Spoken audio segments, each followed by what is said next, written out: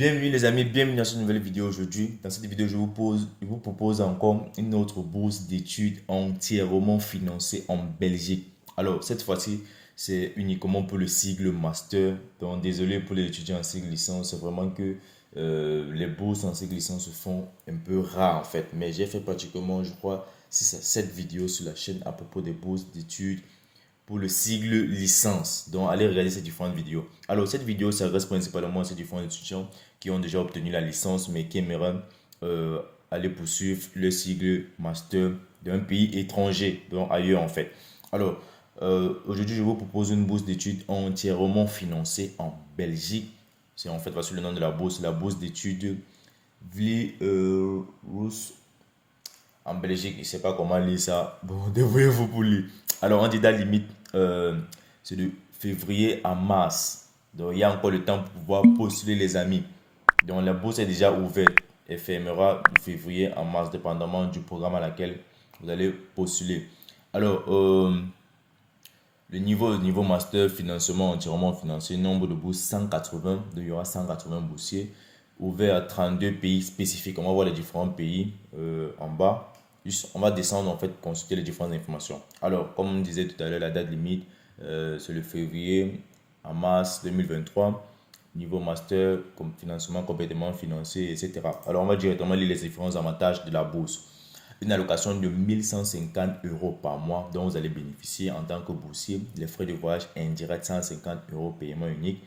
Indemnité logistique 850 à 700 euros paiement unique. Frais de voyage liés au programme paiement unique, ça dépend en fait de ce que vous allez dépenser. Assurance 40 euros. Billet d'avion tarif les plus bas, un billet pour la Belgique, un billet pour le pays d'origine, classe économique par bourse. Donc ça couvre totalement tout, même les frais du voyage, les frais du billet d'avion. Alors on dit frais de scolarité standard pour l'inscription complète à un programme de master par année scolaire. Cette bourse couvre tout. Votre allocation, tu as une allocation par mois, donc tu payes pratiquement pour tout faire. L'allocation pratiquement va te permettre de payer ton loyer, les frais de voyage indirects, les indemnités, l'assurance et tout et tout. Donc tu es nourri et logé. Même le billet d'avion, c'est pas toi qui le paye. Alors on va continuer à lire les différentes informations à propos de ce programme en master. On dit master des établissements humains. Ça c'est le programme de master d'un an parce que le programme de master de 2 ans aussi. Alors pour le master de programme d'un an, voici les différentes filières ou les différents domaines dans lesquels vous pouvez étudier. Il y a le master d'établissement humain. Bon, il y a les différents programmes, les différents cours ici encore à l'intérieur. Je ne vais pas cliquer, sinon la vidéo serait très longue vu qu'il y a beaucoup de cours en fait.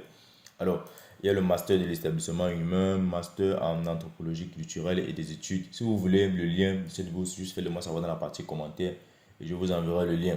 Alors, on me dit master en évaluation de gestion et développement, master de gouvernement et de développement, master en mondialisation et développement, etc.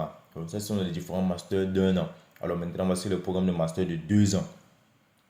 Master en technologie alimentaire, master d'ingénierie des ressources en eau, master de sciences et gestion marine, et Lucas, c'est lacustre. Wow. Master en statistique, master d'épidémiologie, master en développement durable, master en hématologie agro et environnementale, master en développement rural, master d'agriculturel, c'est pas trop peut-être bon. Master de sciences et de transport. Bon, on peut encore transport et logistique, c'est un peu ça là-bas, les amis. Alors, voici les différents masters dans lesquels vous pouvez postuler. Donc, si tu as déjà un master qui t'intéresse là-bas, sache que tu es éligible. Alors, on va maintenant voir les critères d'éligibilité. Vous ne pouvez postuler pour la bourse que si vous remplissez les conditions suivantes. Nationalité et pays de résidence. Les candidats doivent être ressortissants et résident de l'un des pays suivants. En Afrique, tu dois être dans le continent africain, tu dois être ressortissant de l'un des pays suivants. Le Bénin, le Burkina Faso, le Burundi, le Maroc, la RDC, l'Éthiopie, la Guinée, le Cameroun, le Kenya, Madagascar, le Mali, le Mozambique, le Niger, le Rwanda, le Sénégal, la Tanzanie, l'Ouganda, le Zimbabwe et l'Afrique du Sud. Alors en Asie, voilà les différents pays. En Amérique latine, voilà les différents pays. Alors on dit âge. L'âge maximum pour un candidat au programme de master est de 35 ans. Pour un master initial et de 45 ans pour un master avancé. Bon, 45 ans c'est pour un master en avancé, 35 ans c'est pour un master initial. Le candidat ne peut pas dépasser cet âge le 1er janvier de l'année d'admission. Donc, lorsque tu es en train de postuler, en fait, tu ne dois pas avoir dépassé cet âge. Je crois que 35 ans, c'est quand même très bien, en fait, pour un étudiant en master. Alors, on dit contexte professionnel expérience. La priorité est donnée aux candidats employés dans les institutions universitaires, les institutions de recherche, des gouvernements, de l'économie sociale ou des ONG qui visent à une carrière dans l'un de ces secteurs. Cependant, les candidats à la maîtrise employés dans le secteur à but lucratif ou les candidats nouvellement diplômés sans aucune expérience de travail peuvent également être admissibles à la bourse en fonction de leur motivation et de leur profil. Donc, tout le monde peut être éligible à cette bourse en fait. Alors, on dit critères de sélection. Je vais juste lire les points clés parce que si je lis tous ces différents détails là, la vidéo serait très longue. On parle de motivation. Il est essentiel que la motivation et les objectifs professionnels du candidat démontrent la possibilité de transférer des connaissances. Alors, expérience professionnelle, donc vous jugez sur vos différentes expériences professionnelles, ce que vous avez fait par le passé, votre background en fait. Le genre, en fait, le comité de sélection vise d'équilibrer relatif entre le nombre de candidats masculins, féminins, etc. Ici, on n'a pas parlé de religion, on parle juste de genre masculin et féminin. Alors, on dit équilibre régional. Équilibre régional, ça veut dire prendre un peu de gens, un peu de partout, en fait, de différentes régions du monde. Origine sociale, dans le cas de deux candidats également qualifiés, les préférences seraient de donner aux candidats d'une région défavorisée de leur pays ou d'un groupe ethnique ou social minoritaire. Alors, bourse précédente attribuée pour certaines personnes qui ont eu des bourses auparavant. Alors, comment postuler? Ça, c'est le plus essentiel. Vous avez vu, la bourse n'a pas assez de critères assez durs en fait. Donner assez simple pour pouvoir postuler. Alors, on dit consulter les différents programmes de master disponibles, ce qu'on a déjà fait plus haut. Si un programme spécifique vous intéresse, visitez son site web et suivez les inscriptions qui figurent. Les liens d'admission de chaque master est disponible dans la section programme éligible. Via le site web de l'université, vous devez faire une demande d'admission au programme ainsi que la bourse elle-même.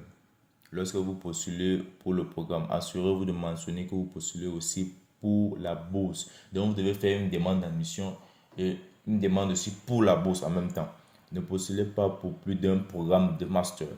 Le conseil recevra les résultats de sélection des organisateurs du programme et contactera le candidat sélectionné, de même que les candidats de la liste d'attente par email dès que possible après sélection, au plus tard à la mi-juin. Mi-juin, ça veut dire la moitié du mois de juin, à partir du 15 en fait.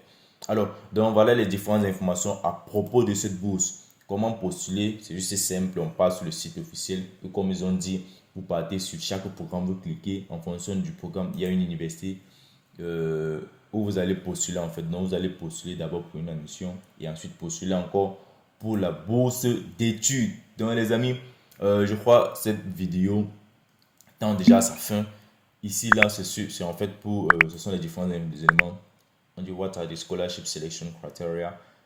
Ça, c'est en fait les différents critères de motivation pour pouvoir postuler à cette bourse. Ça, c'est la même chose qu'on a lu de l'autre côté, et etc.